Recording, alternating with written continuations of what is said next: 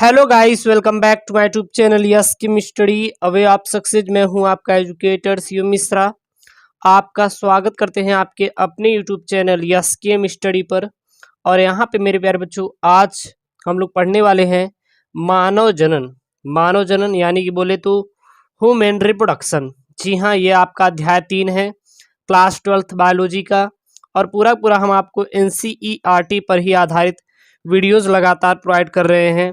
और ऐसे आपको वीडियोस दिए जा रहे हैं जो कि आपके एग्जाम के लिए काफ़ी इंपॉर्टेंट हो, चाहे नीट का हो, चाहे बोर्ड का हो, या फिर आप स्कूल में जाते हैं तो वहाँ पर भी आपको पढ़ाया जाता है ढेर सारा। तो टेंशन मत लीजिए, बस इतना ही आप पढ़ के चले जाना है। और इतने में आपका इस बात की 100% गारंटी देता हूँ कि क्लियर हो जाएगा, ठीक है ना। तो ये आपका ह्यूमन रिप्रोडक्शन है, class 12th chapter 3 biology complete video है। और चैनल पे नए हैं तो आप चैनल को जरूर से ज़रूर सब्सक्राइब करके बेल आइकन प्रेस कर ले, ताकि आने वाली लेटेस्ट वीडियो की हर एक नोटिफिकेशन सबसे पहले आप तक पहुँचे और आप अपने बोर्ड एग्जाम की तैयारी सबसे बेहतरीन तरीके से घर बैठे कर पाएँ। तो सबसे देखें तो मानव लैंगिक रूप से जनन करने वाला और सजीव प्रजक या जरायुज प्राणी होता है। जो मानव होता है यह लैंगिक रूप से जनन करने वाला क्या होता है, एक सजीव प्रजक या जरायुज प्राणी है। मानवों में जनन घटना के अंतर्गत युग्मकों की रचना अर्थात पुरुषों में शुक्राणु तथा स्त्री में अंडाणुओं का निर्माण होना होता है। ओके, स्त्री जनन पथ में शुक्राणुओं का स्थानांतरण और पुरुष तथा स्त्री के युग्मकों का संलयन, जिसके कारण युग्मनज बोले तो जायगोट का निर्माण होता है, और हमारा यह भी शामिल है। इसके बाद कोरकपुटी की रचना तथा परिवर्धन और इसका गर्भाशय की दीवार से चिपक जाना, भ्रूणी परिवर्धन और शिशु के जन्म की क्रियाएं घटित होती हैं। तो अगर हम समझ सकते हैं तो मानव जन्म के लिए पढ़ना है कि किसी भी मेल और फीमेल दोनों एक नए बच्चे को, बेबी को जन्म कैसे देते हैं, पूरी प्रोसेस पढ़ेंगे। और इसमें male reproductive system and female reproductive system, हर एक सिस्टम को हम लोग पढ़ने वाले हैं, जो कि आपके एग्जाम पॉइंट ऑफ व्यू से बहुत ही इम्पॉर्टेंट है। तो आप बिल्कुल भी वीडियो को स्किप नहीं करेंगे, और हम बस आप से यही चाहते हैं कि आप मेहनत करके पढ़िए, और हर एक वीडियो आपको प्लेलिस्ट में मिलेगा, ठीक है ना।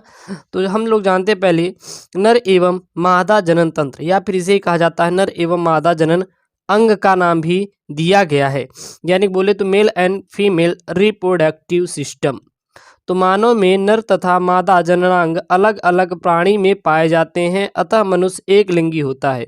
तो यहाँ पे ये जो पॉइंट है उसको समझेंगे, ये पॉइंट क्या है। तो यहाँ पे है मनुष्य में नर तथा मादा जननांग अलग अलग प्राणी में पाए जाते हैं। जो मनुष्य होता है, अगर बात करेंगे तो मेल में अलग है और फीमेल में अलग है, ये दोनों अलग अलग प्राणी हैं, और इसमें जो जननांग है वो अलग अलग जगह पाए जाते हैं।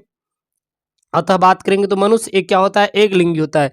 अब एक तो एक लिंगी होता है, एक द्विलिंगी होता है। एक लिंगी द्विलिंगी क्या होता है, देखिएगा, जब किसी भी प्राणी में, जब केवल अकेले एक ही प्राणी में, उसमें या तो नर जननांग हो या तो मादा जननांग, तो वो एक प्राणी एक लिंगी कहलाएगा। यदि उसी प्राणी में नर जननांग मादा जननांग दोनों है तो वो हमारा द्विलिंगी प्राणी कहलाएगा। तो रिप्रोडक्टिव सिस्टम क्या होता है, प्रजनन तंत्र क्या होता है। मनुष्य में नर एवं मादा में अलग अलग प्रकार के लैंगिक जनन तंत्र पाए जाते हैं। ये दो प्रकार के लैंगिक अंग प्राथमिक एवं द्वितीयक लैंगिक अंग से बने होते हैं। तो जो मनुष्य होते हैं, मनुष्यों में अगर देखिए प्राणी होते हैं, इसमें नर एवं मादा में अलग अलग प्रकार के लैंगिक जनन तंत्र पाए जाते हैं। और ये दो प्रकार के लैंगिक अंग प्राथमिक एवं द्वितीयक लैंगिक अंगों से क्या होते हैं, बने रहते हैं। तो सबसे पहले हम लोग देखते हैं प्राथमिक लैंगिक अंग, बोले तो प्राइमरी सेक्स ऑर्गन्स। ये प्राइमरी सेक्स ऑर्गन्स क्या है, इसके अंतर्गत वे जनन अंग आते हैं जो युग्मकों को उत्पन्न करते हैं, और इन्हें ही जनद भी कहते हैं। इन्हें क्या कहा जाता है, जनद कहा जाता है। तो प्राथमिक लैंगिक अंग क्या होता है, याद रखना, जो प्राथमिक लैंगिक अंग अगर दे दे तो क्या होता है, तो इसके अंतर्गत वे अंग आते हैं जो युग्मकों के उत्पन्न करते हैं, और इन्हें क्या कहते हैं, जनद कहते हैं। उसे हम लोग प्राथमिक लैंगिक अंग कहा जाता है। अगर मेरे प्यारे बच्चों प्राइमरी सेक्स ऑर्गन्स की बात करें तो नर में वृषण होता है प्राथमिक जनन अंग, और मादा में अंडाशय की जनन कोशिकाएं विभाजन एवं परिपक्वन के फलस्वरूप युग्मकों का क्या करती है, निर्माण करती हैं। जननों की क्रियाविधि का नियंत्रण पीयूष ग्रंथि द्वारा स्रावित LH एवं FSH हार्मोन्स द्वारा होता है। नर में वृषण में प्रवाहित होने वाला हार्मोन्स टेस्टोस्टेरोन नर के बाह्य एवं द्वितीयक लैंगिक लक्षणों तथा सहायक लैंगिक ग्रंथियों के निर्माण का कार्य करता है। इसी प्रकार से मादा के अंडाशय से स्रावित हार्मोन्स एस्ट्रोजन द्वितीयक एवं बाह्य लैंगिक लक्षणों में सहायक मादा ग्रंथियों एवं रज चक्र या मासिक चक्र का विकास एवं नियमन करते हैं। अगला आता है सहायक या द्वितीयक लैंगिक अंग। तो सहायक या द्वितीयक लैंगिक अंग क्या होते हैं? अगर मेन पॉइंट देखें तो नर में वृषण प्राथमिक जनन अंग होता है और मादा में अंडाशय प्राथमिक जनन अंग होता है। बस ये याद रखना, दो मेन पॉइंट, बाकी इसको आप समझने के लिए लिख सकते हैं। अगर दे देता है कि प्राथमिक लैंगिक अंग पर मतलब अंग पर संक्षेप टिप्पणी कीजिए तो आपको ये पूरा लिखना रहेगा। अगला आता है सहायक या द्वितीयक लैंगिक जनन अंग। ये सहायक या द्वितीयक लैंगिक जनन अंग क्या होता है? ये युग्मक उत्पन्न नहीं करते। ये जो होते हैं सहायक या फिर द्वितीयक जो लैंगिक अंग होते हैं, ये युग्मक का निर्माण नहीं करते किंतु जनन में महत्वपूर्ण कार्य करते हैं। इसके प्रमुख सहायक अंग शुक्रवाहिनी, शुक्राशय, प्रोस्टेट ग्रंथि एंड काउपर ग्रंथि आप देख लीजिएगा। मादा के प्रमुख सहायक लैंगिक अंग अंडवाहिनी, गर्भाशय, एंडभग, बार्थोलिन ग्रंथिया, और वहीं पे बात करेंगे तो विजाइना। नर एवं मादा के इन सहायक लैंगिक अंगों से किसी प्रकार का हार्मोन्स स्रावित नहीं होता है, लेकिन ये सब क्या होते हैं? सहायक लैंगिक अंग के अंतर्गत हमारे आते हैं। अब हम लोग बात करेंगे यौनारंभ की। ये यौनारंभ क्या होता है? तो द्वितीयक लैंगिक लक्षणों का विकास एवं प्रकटन ही यौनारंभ है। द्वितीयक लैंगिक लक्षणों का विकास एवं प्रकटन ही क्या है? यौनारंभ है। इस दौरान लड़के एवं लड़कियों में परिवर्तन एवं अंतर स्पष्ट हो जाता है। लड़कों में यौनारंभ 13 से 15 वर्ष तथा लड़कियों में 10 से 14 वर्ष की आयु में होता है। अब बात करेंगे हम लोग नर पुरुष जनन तंत्र के बारे में। नर पुरुष जनन तंत्र क्या होता है? तो पुरुष जनन तंत्र शरीर के श्रोणि क्षेत्र में अवस्थित होता है और इसके अंतर्गत निम्नलिखित अंग आते हैं। यानी नर पुरुष जनन अंग की बात करेंगे, यानी कि जो हमारे मेल रिप्रोडक्टिव सिस्टम होते हैं वो कौन कौन से होते हैं? तो पहला होता है नर में एक जोड़ी वृषण, दूसरा होता है वृषण कोष, तीसरा होता है अनेक शुक्रवाहिकाएं, अगला होता है 2 अधिवृषण, पांचवा जो होता है 2 शुक्रवाहिनियां, छठवां जो होता है 2 शुक्राशय, और सातवां जो होता है 2 शुक्राशय के बाद 2 स्खलन वाहिनियां, आठवां जो होती है वो क्या होती है?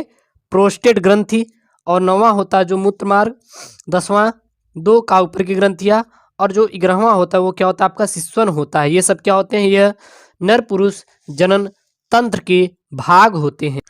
अब हम लोग पढ़ेंगे वृषण के बारे में, यानी कि यह टेस्टिस क्या होता है। तो इसकी हम लोग डिटेल देखेंगे टेस्टिस क्या होता है। तो अगर बात करेंगे तो नर में एक जोड़ी वृषण थैलीनुमा वृषण कोष में शरीर के बाहर स्थित रहता है। जो वृषण होता है यह कहाँ होता है? तो वृषण जो होता है यह शरीर के बाहर स्थित होता है। और कहाँ पाया जाता है? यह एक जोड़ी वृषण थैलीनुमा वृषण कोष में स्थित होता है शरीर के बाहर। इसमें शुक्राशय से एक वाहिनी आती है और मूत्रमार्ग से स्खलनीय वाहिनी के रूप में निकलती है। ये नलिकाएं वृषण से प्राप्त शुक्राणुओं का भंडारण एवं मूत्रमार्ग से इनका बाहर स्थानांतरण करती हैं। मूत्रमार्ग मूत्राशय से निकलकर पुरुष के पेनिस के माध्यम से गुजरता हुआ बाहर की ओर एक छिद्र के रूप में खुलता है और इसे क्या कहते हैं? मूत्राशय मुख भी नाम दिया गया है। तो ये हमारा क्या होता है? वृषण होता है। अगर बात करेंगे तो वृषण में हमेशा और हमेशा याद रखना जो मेल का शुक्राणु निर्माण होता है। अब आता है वृषण की सूक्ष्मदर्शी संरचना, यानी माइक्रोस्कोपिक स्ट्रक्चर ऑफ टेस्टिस, यानी वृषण की सूक्ष्मदर्शी संरचना क्या होती है। और जब हम अब जल्द ही हम लोग इंटरेक्टिव बोर्ड लेने वाले हैं, डिजिटल बोर्ड, तो उस पर जब आपको फिगर के माध्यम से समझाएंगे तो और बेहतर समझ आएगा। लेकिन अभी के लिए नोट्स आप कंप्लीट करके रखिए, ठीक है ना। तो प्रत्येक वृषण लगभग 250 पिरामिडी वृषणी पिंडकों में विभाजित होता है। यानी जो प्रत्येक वृषण होता है, मनुष्य में 2 जोड़ी वृषण पाए जाते हैं और प्रत्येक वृषण अगर देखें तो 250 वृषणी पिंडकों से बने होते हैं। प्रत्येक पिंडक में 1 से 4 महीन तथा अकुंडलित शुक्रजन नलिकाएं पाई जाती हैं। नलिकाओं में शुक्रजनन शुक्राणु का निर्माण करते हैं और लीडिंग कोशिकाएं ल्यूटिनाइजिंग हार्मोन्स या अंतराली कोशिका उत्तेजक हार्मोन्स के नियंत्रण में नर हार्मोन्स टेस्टोस्टेरोन एवं अन्य हमारे एंड्रोजन हार्मोन्स का स्रावण करती हैं। और ये हमारे दो प्रकार की कोशिका होती हैं। पहली क्या होती है? पहली जो होती है वो आती है शुक्राणु का निर्माण करने वाले शुक्रजन कोशिकाएं। तो शुक्रजन कोशिकाएं वृषण के विकास के दौरान मूल जनन कोशिकाओं से होता है। और सर्टोली कोशिकाएं शुक्राणुओं को अवलंबन, सुरक्षा तथा पोषण प्रदान करती हैं। इन्हें नर्स कोशिकाएं भी कहते हैं। ये इन्हिबिन नामक प्रोटीन युक्त हार्मोन्स का स्रावण करती हैं। अगला आता है आपका मेरे प्यारे बच्चों वृषण कोश। यह वृषण कोश क्या होता है? तो टांगों के बीच में लटका हुआ थैलीनुमा कोश जिसमें दोनों वृषण स्थित होते हैं, वृषण कोश कहलाता है, जिसका ताप कितना होता है? 2 से 3 डिग्री सेल्सियस आपके शरीर के तापमान से क्या होता है? कम होता है। अगला जो तीसरी आती है वो आती है शुक्रवाहिनी। शुक्रवाहिनी क्या होती है? प्रत्येक वृषण के पुच्छ अधिवृषण से लगभग 30 सेंटीमीटर लंबी सीधी नलिका निकलती है जिसे शुक्रवाहक नली कहते हैं। यह मूत्राशय के पश्चात सतह के ऊपर से जाती है जहां यह शुक्राशय वाहिनी से जुड़कर स्खलन वाहिनी बनाती है। अगला आता है जो चौथा, वो आता है शुक्राशय। ये शुक्राशय क्या होता है? ये एक जोड़ी मांसल ग्रंथि थैली के आकार की संरचनाएं होती हैं जो मूत्राशय एवं मलाशय के मध्य स्थित होती हैं। यह तरल वीर्य का अत्यधिक भाग बनाता है तथा इसमें फ्रक्टोज, प्रोटीन और साइट्रेट आदि होते हैं। यह शुक्राणुओं का पोषण एवं संरक्षण प्रदान करती हैं। अगला आता है स्खलन वाहिनी। ये स्खलन वाहिनी क्या होती है मेरे प्यारे बच्चों? तो प्रत्येक शुक्राशय से एक स्खलन वाहिनी प्रोस्टेट ग्रंथि से जुड़ी होते हैं और प्रोस्टेटिक मूत्रमार्ग से निकलकर एक मूत्रजनन नलिका बनाती हैं। आपका अगला आता है वो आता है मूत्रमार्ग। तो मूत्राशय से एक वाहिनी निकलकर मूत्रजनन छिद्र द्वारा अगर देखें तो पेनिस के शीर्ष से बाहर खुलता है, जिसे हम लोग क्या कहते हैं? मूत्रमार्ग कहते हैं। अगला आता है प्रोस्टेट ग्रंथि। तो यह प्रोस्टेट ग्रंथि क्या होती है? यह भूरे रंग की अखरोट के समान की ग्रंथि होती है। यह कई पिंडों में बटी होती है। प्रत्येक पिंड से एक छोटी नलिका निकलकर मूत्रमार्ग से क्या होती? खुलती है। यह जली क्षारी दुधिया रंग का तरल पदार्थ बाहर निकलती हैं और इसमें कैल्शियम, फास्फेट, सिट्रेट और लाइसोजाइम और हाइलुरोनिडेज आदि होते हैं। यह अगर देखें तो स्पर्म की लगभग 25% भाग बनाता है और यह शुक्राणु को क्या करता है? सक्रिय करता है। अगला आती है आपकी बल्बोयूथ्रिल या फिर काउपर की ग्रंथियां। ये क्या होती है? तो मूत्रमार्ग के दोनों तरफ एक एक छोटी पीले रंग की ग्रंथियां होती है जिन्हें काउपर की ग्रंथियां कहते हैं। ये क्षारीय श्लेष्म युक्त द्रव का स्राव करती हैं। अगला आता है पेनिस। तो यह क्या होता है? यह त्वचा से ढका रहता है। यह पेनिस के अंदर का भाग होता है, अत्यंत संवहनी एवं स्पंजी होता है। अगला जो आता है वो आता है मेरे प्यारे बच्चों आपका सीमन। ये क्या होता है सीमन? तो अगर देखें तो मास्टरबेट के समय अगर हम लोग देखें तो पेनिस के शीर्ष भाग में स्थित मूत्रजन छिद्र से जो द्रव निकलती है वह आपकी सीमन कहलाती है। प्रोस्टेट तरल शुक्राणु द्रव एवं शुक्री द्रव मिलकर सीमन बनाते हैं। वीर्य में उपस्थित शुक्राणु प्रायः 10% होते हैं को छानकर अलग कर देने से जो द्रव बच जाता है उसे हम लोग क्या कहते हैं? शुक्र जीव द्रव्य या सेमिनल प्लाज्मा कहते हैं। अगला आपका आता है मेरे प्यारे बच्चों मादा जनन तंत्र। बोले तो फीमेल रिप्रोडक्टिव सिस्टम। यह फीमेल रिप्रोडक्टिव सिस्टम क्या होती है? मादा जनन क्या होती है? इसके बारे में पूरा हम लोग डिटेल देखेंगे। तो इसमें सबसे पहला जो टॉपिक आता है वो आता है आपका अंडाशय। बोले तो ओवरी। यह अंडाशय यानी कि ओवरी क्या होती है? और याद रखना जितना भी आपका है आप लोग पूरा एक अच्छा सा नोट्स आप बना के रख लीजिए। इससे क्या रहेगा कि आपको बोर्ड के समय और हर अन्य समय आपके काम में आने वाली है। यदि आप नीट उट की तैयारी करेंगे तो आपके लिए सबसे सफिशियंट नोट्स रहने वाली है। तो हम लोग बात करेंगे ओवरी के बारे में, यानी बोले तो अंडाशय। यह क्या होता है अंडाशय? तो अंडाशय स्त्री के प्राथमिक लैंगिक अंग है जो स्त्री युग्मक और कई स्टेरॉयड हार्मोन्स उत्पन्न करते हैं। उदर के निचले भाग के दोनों ओर एक एक अंडाशय स्थित होता है। यह श्रोणि भित्ति तथा गर्भाशय से स्नायु द्वारा जुड़ा होता है। अगला आता है अंडवाहिनियाँ। अंडवाहिनियाँ क्या होती है? तो अंडवाहिनियाँ गर्भाशय तथा योनि मिलकर सहायक नलिकाएं बनाती हैं। प्रत्येक डिंबवाहिनी नली लगभग 10 से 12 सेंटीमीटर लंबी होती है जो प्रत्येक अंडाशय की परिधि से चलकर गर्भाशय तक जाती है। अंडाशय के ठीक पास डिंबवाहिनी का हिस्सा कीप के आकार का होता है, जिसे हम लोग क्या कहते हैं, कीपक कहा जाता है। कीपक आगे चलकर अंडवाहिनी के एक चौड़े भाग में खुलता है, जिसे हम लोग क्या कहते हैं, तुम्बिका कहा जाता है। इसे हम लोग तुम्बिका भी नाम दिए हैं। अगला आता है गर्भाशय यानी कि यूट्रस। ये गर्भाशय क्या होता है, प्रत्येक मादा में केवल एक गर्भाशय होता है, जिसे बच्चेदानी भी कहते हैं। गर्भाशय की भित्ति ऊतकों की 3 परत वाली होती है और बाहरी पतले झिल्लीमय अस्तर को परिगर्भाशय और मध्य मोटे चिकने पेशी अस्तर को गर्भाशय पेशी अस्तर और आंतरिक ग्रंथिल अस्तर को गर्भाशय अंतः अस्तर कहा जाता है, जो गर्भाशय गुहा को क्या करता है, अस्तरित करती है। अब आती है आपकी बाह्य जननेंद्रिया। ये बाह्य जननेंद्रिया क्या होती है, तो स्त्री के बाह्य जननेंद्रियों के अंतर्गत जघन शैल, बृहद भगोष्ठ, लघु भगोष्ठ और योनि छद्मत और भगसेक आदि होते हैं। तो सबसे पहले इसमें हम लोग देखते हैं। अब आता है आपका स्तन ग्रंथियाँ। ये स्तन ग्रंथियाँ क्या होती है, तो कार्यशील स्तन ग्रंथियाँ सभी मादा स्तनधारियों का अभिलक्षण है। स्तन ग्रंथियाँ युग्म संरचना है, जिसमें ग्रंथिल ऊतक और विभिन्न मात्रा में वसा होती हैं। प्रत्येक स्तन का ग्रंथिल ऊतक 15 से 20 स्तन पालियों में विभक्त होता है और इसमें कोशिकाओं के गुच्छ होते हैं, जिन्हें हम लोग क्या कहते हैं, कूपिका कहते हैं। और इन्हीं कूपिकाओं से मिलकर स्रावित होता है, और जो कूपिकाओं की गुहाओं में क्या होता है, एकत्र होता है। कूपिकाएं स्तन नलिकाओं में खुलती हैं। प्रत्येक पाली की नलिकाएं मिलकर स्तन वाहिनी से जुड़ी होती हैं। स्तन ग्रंथियों से दुग्ध स्राव केवल प्रसव के बाद ही होता है और अहग्रह पीयूष द्वारा स्रावित प्रोलैक्टिन हार्मोन्स द्वारा उद्दीपन होता है। पशु पीयूष से स्रावित एक अन्य हार्मोन्स ऑक्सीटोसिन दुग्ध को स्तन के बाहर निकलने को क्या करता है, उद्दीपन करता है। अब आता है युग्मक जनन। तो जननांगों में युग्मकों के बनने की क्रिया को युग्मक जनन कहते हैं। प्राथमिक लैंगिक अंग पुरुषों में वृषण और स्त्रियों में अंडाशय युग्मक जनन की विधि द्वारा क्रमशः नर युग्मक यानी शुक्राणु और मादा युग्मक अर्थात अंडाणु उत्पन्न होते हैं, जिन्हें हम लोग क्या कहते हैं, युग्मक जनन कहते हैं। अगला आता है, वो आता है शुक्र जनन। तो शुक्र जनन क्या होता है, तो वृषण में अपरिपक्व नर जन्म कोशिकाएं द्वारा शुक्राणु उत्पन्न करती हैं, जो कि किशोरावस्था के समय शुरू होती हैं और शुक्रजनक नलिकाओं की भीतरी भित्ति में उपस्थित शुक्रजन समसूत्री विभाजन द्वारा संख्या में वृद्धि करते हैं। और प्रत्येक शुक्राणुजन द्विगुणित होता है। जो प्रत्येक शुक्राणुजन की क्या होता है, हमारा द्विगुणित होता है और उसमें 46 गुणसूत्र होते हैं। कितने गुणसूत्र होते हैं, 46 गुणसूत्र।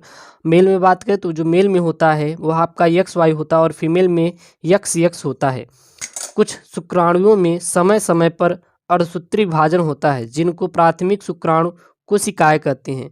एक प्राथमिक शुक्राणु कोशिकाएं प्रथम अर्धसूत्री विभाजन को पूरा करते हुए 2 समान अगुणित कोशिकाओं की रचना करता है, जिन्हें द्वितीयक शुक्राणु कोशिकाएं कहते हैं। इस प्रकार उत्पन्न प्रत्येक कोशिका में 23 गुणसूत्र होते हैं और द्वितीयक शुक्राणु कोशिकाएं कहते हैं। द्वितीयक शुक्राणु कोशिकाएं एक दूसरे अर्धसूत्री विभाजन से गुजरते हुए 4 बराबर अगुणित शुक्राणु पस पैदा करते हैं।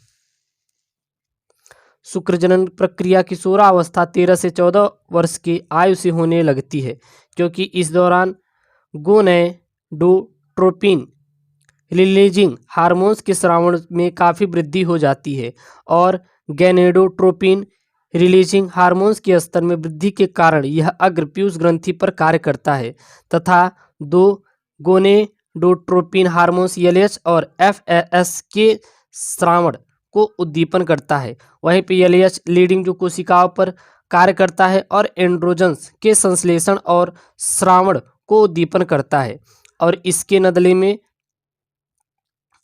बदले में जो होता है मेरे प्यारे बच्चों, यहाँ पे बदले में एंड्रोजन शुक्रजनन की प्रक्रिया को क्या करता है, उद्दीपित करता रहता है।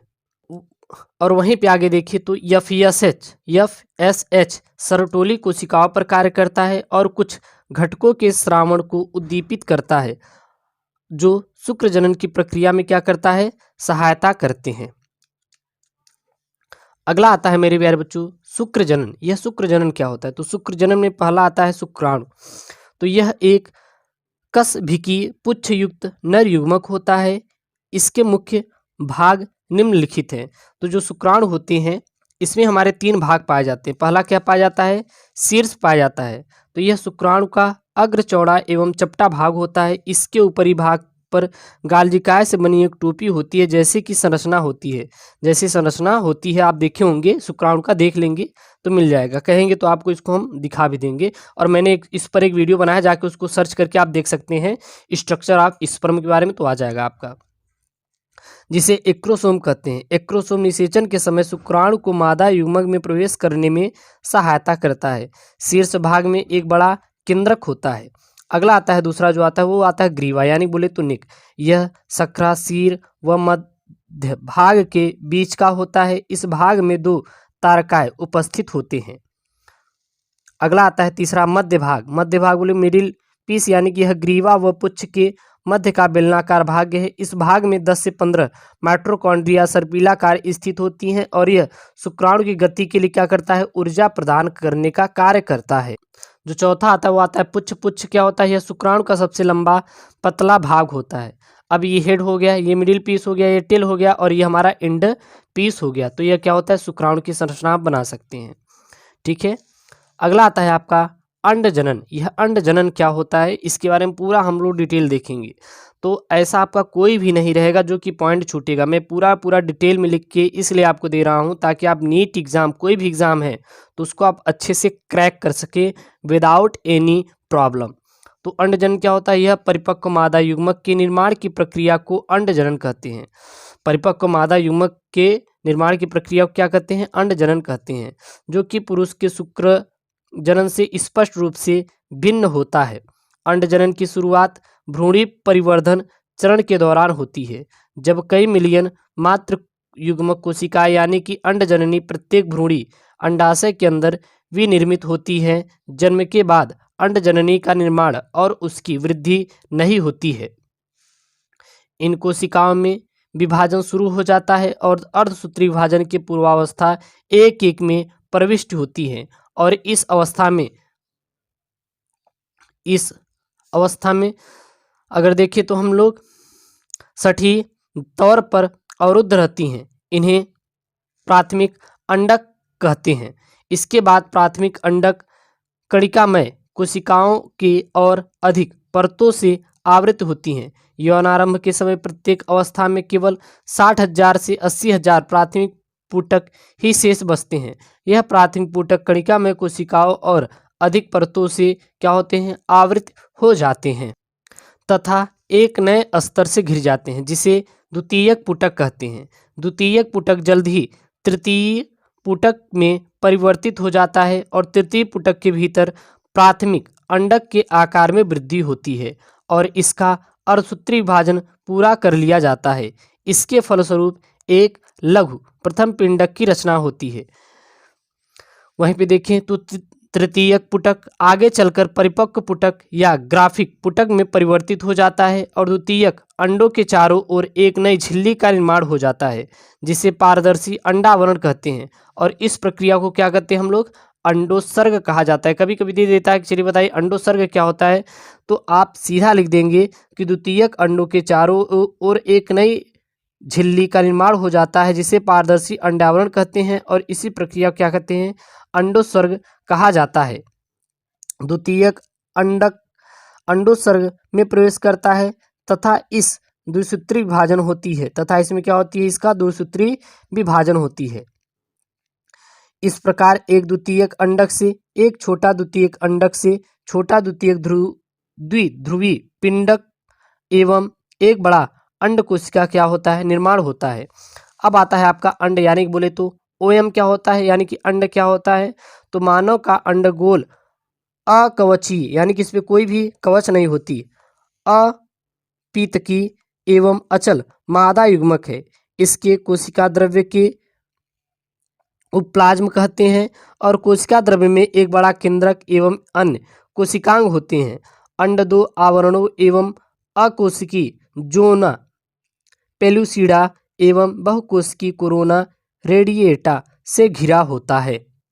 वहीं पे देखें तो जोनाजो पेलुसिडा का ग्राही प्रोटीन शुक्राणु के ग्राही प्रोटीन के साथ साथ बंध बनाने या न बनाने की प्रक्रिया क्या करता है, निर्धारण करता है। अगला आता है मासिक चक्र। ये मासिक चक्र क्या होता है, मेस्टुरल साइकिल का क्या होता है, तो मादा प्राइमेटों में होने वाले जनन चक्र को आवर्त चक्र या सामान्य जनों की भाषा में मासिक धर्म या माहवारी कहती हैं। प्रथम ऋतुस्राव रजोधर्म की शुरुआत यौनारंभ पर शुरू होती है, जिसे रजोधर्म कहा जाता है। अगर बात करेंगे तो स्त्रियों में यह आवर्त चक्र प्रायः 28 से 29 दिनों की अवधि के बाद दोहराया जाता है। इसीलिए एक रजोदर्शन से दूसरे रजोदर्शन के बीच घटना चक्र को आवर्त चक्र कहा जाता है। प्रत्येक आवर्त चक्र के मध्य में एक अंडाणु उत्सर्जित किया जाता है या होता है, अर्थात अंडोत्सर्ग होता है। आवर्त चक्र की शुरुआत आवर्त प्रावस्था में होती है या होती है जब रक्तस्राव होने लगता है। यह रक्तस्राव 3 से 5 दिनों तक जारी रहता है और गर्भाशय से इस रक्तस्राव का कारण गर्भाशय की अंतः अस्तर परत एवं उसकी रक्तवाहिनियों का नष्ट होना है, जो एक तरल का रूप धारण करता है और योनि से बाहर आता है। रजोधर्म तभी आता है जब मोचित अंडाणु क्या होते हैं, निषेचित नहीं हुआ होता है, तभी हमारा मेंस्ट्रुएशन साइकिल आता है। आगे देखें तो रजोधर्म की अनुपस्थिति गर्भाधारण का संकेत है। अगर रजोधर्म नहीं आ रहा है तो समझ लीजिए गर्भधारण हो गया है। आवर्त अवस्था के बाद पुटकी प्रावस्था आती है। इस प्रावस्था के दौरान गर्भाशय के भीतर के प्राथमिक पुटक में वृद्धि होती है और यह एक पूर्ण ग्राफी पुटक बन जाता है तथा इसके साथ साथ गर्भाशय में प्रचुरोद भावन के द्वारा गर्भाशय अंतः अस्तर पुनः पैदा हो जाता है और अंडाशय और गर्भाशय के ये परिवर्तन पीयूष ग्रंथि तथा अंडाशय हार्मोन्स की मात्रा के स्तर में बदलावों से प्रेरित होते हैं। ओके, अब आपका आता है मेरे प्यारे बच्चों निषेचन। तो आप अगर लिखना चाहे तो इसको डायरेक्ट डिटेल में देख सकते हैं, नहीं तो निषेचन आप कह सकते हैं जब स्त्री का अंडाणु एवं पुरुष का शुक्राणु आपस में मिलकर संलयन करते हैं तो उसे हम लोग क्या कहते हैं, फर्टिलाइजेशन कहते हैं। सीधा आपको बता देना है, क्या बता देना है, जब स्त्री के अंडाणु और पुरुष के शुक्राणु आपस में मिलकर संलयन की क्रिया करते हैं तो उसे हम लोग क्या कहते हैं, फर्टिलाइजेशन कहते हैं। यहाँ पर अगर डिटेल में देना है तो आप इसको पूरा लिख सकते हैं, कोई प्रॉब्लम नहीं है, नहीं तो इतना आप लोग लिख लीजिएगा, अच्छे से समझ में आ जाएगा आपको। अब आपका आता है मेरे प्यारे बच्चों भ्रूणी परिवर्धन।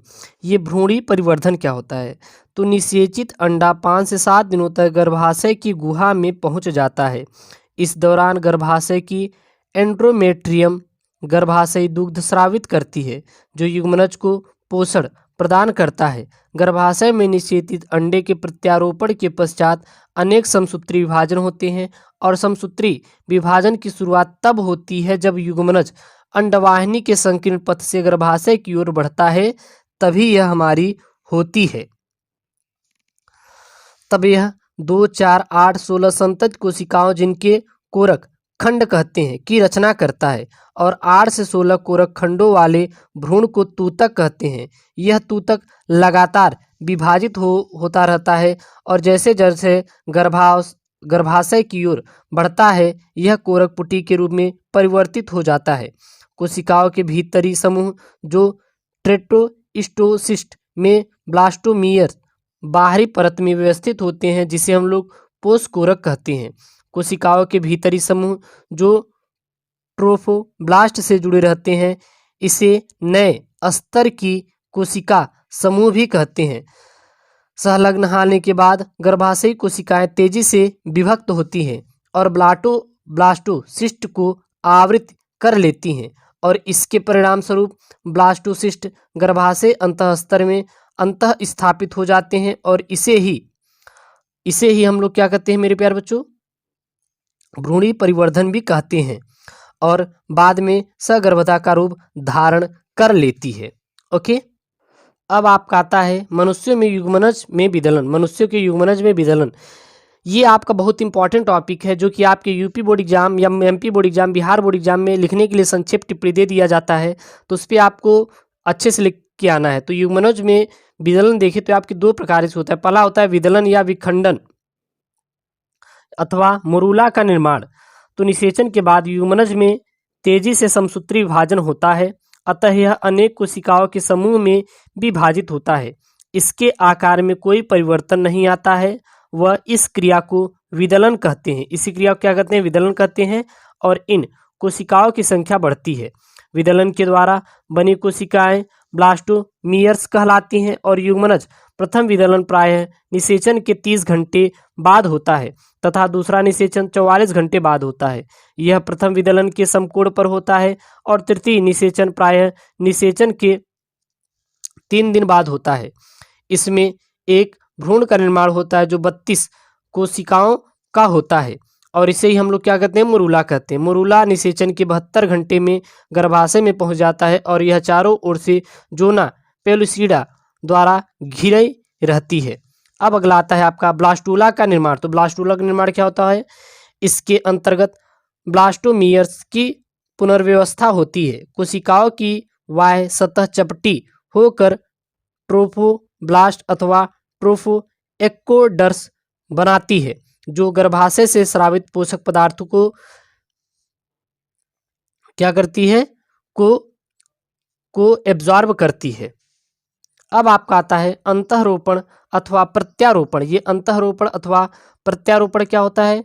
तो मादा के गर्भाशय की एंडोमेट्रियम में ब्लास्टोसिस्ट का स्थापित होना प्रत्यारोपण कहलाता है। यद्यपि प्रत्यारोपण निषेचन के 6वें दिन मध्य हो सकती है, किंतु सामान्यतः यह निषेचन के 7वें दिन होता है। इसके अंतर्गत भ्रूणी सिरा गर्भाशय के एंडोमेट्रियम में धंस जाता है। अगला आता है प्रत्यारोपण का हार्मोन्स पर नियंत्रण। तो प्रत्यारोपण की क्रिया में निम्नलिखित हार्मोन्स महत्वपूर्ण भूमिका निभाते हैं। पहला क्या निभाता है? एस्ट्रोजन की भूमिका। तो एस्ट्रोजन स्टेरॉयड्स हार्मोन्स का एक समूह है जो मुख्यतः ग्राफियन पुटिका की एपिथेलियल कोशिकाओं द्वारा स्रावित होता है।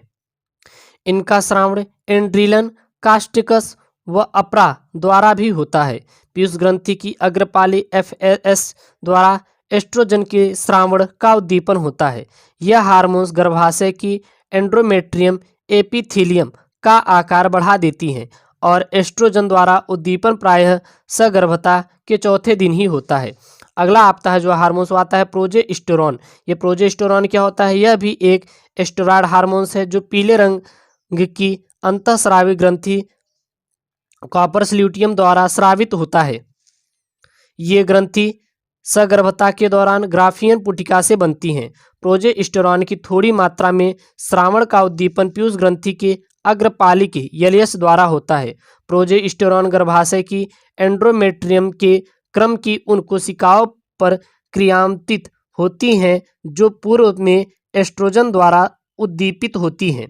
यह हार्मोन्स गर्भाशय की एंडोमेट्रियम के क्रम प्रसरण को उद्दीपित करके इसे प्रत्यारोपण हेतु तैयार करती हैं।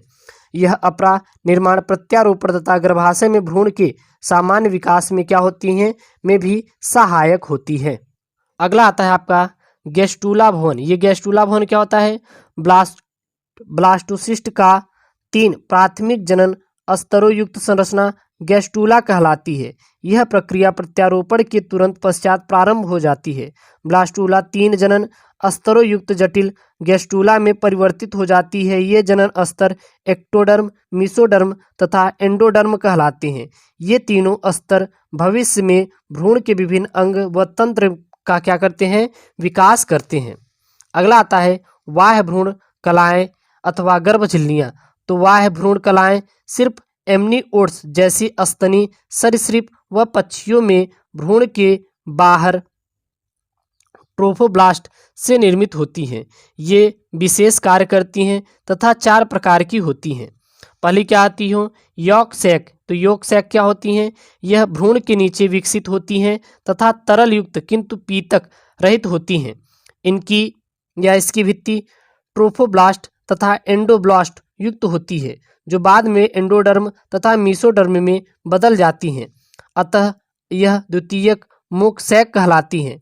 6 सप्ताह के भ्रूण में यह रुधिर कोशिकाओं के निर्माण स्थल होती हैं और यह मुख्यतः पाचन का कार्य करती हैं और इसे ही भ्रूणी आंत्र भी कहा जाता है। अगला आपका आता है एमनियोन। ये एमनियोन क्या होता है? यह आंतरिक एक्टोडर्म तथा बाह्य मेसोडर्म के सबसे भीतर वाला भाग है। एमनियोन तथा भ्रूण के मध्य एक एमनियोन गुहा होती है जो भ्रूण तथा एमनियोन द्वारा स्रावित एमनियोटिक द्रव्य से भरी होती है। यह मुख्यतः पाचन का कार्य नहीं करती और एमनियोन भ्रूण की रक्षा करती है। यह भ्रूण की बाहरी आघातों से रक्षा करती है और एमनियोटिक द्रव में उपस्थित भ्रूण की कोशिकाओं से भ्रूण का लिंग ज्ञात किया जाता है। तीसरा आता है कोरियन। ये कोरियन क्या होता है? यह भ्रूण के चारों ओर होती है तथा इसके भीतर की ओर दैहिक मेसोडर्म व बाहर की ओर एक्टोडर्म या ट्रोफोब्लास्ट होता है। मनुष्य समेत प्राइमेट्स में सिर्फ कोरियन ही अपरा का निर्माण करती है। अगला आता है अपरा। ये अपरा क्या होती है?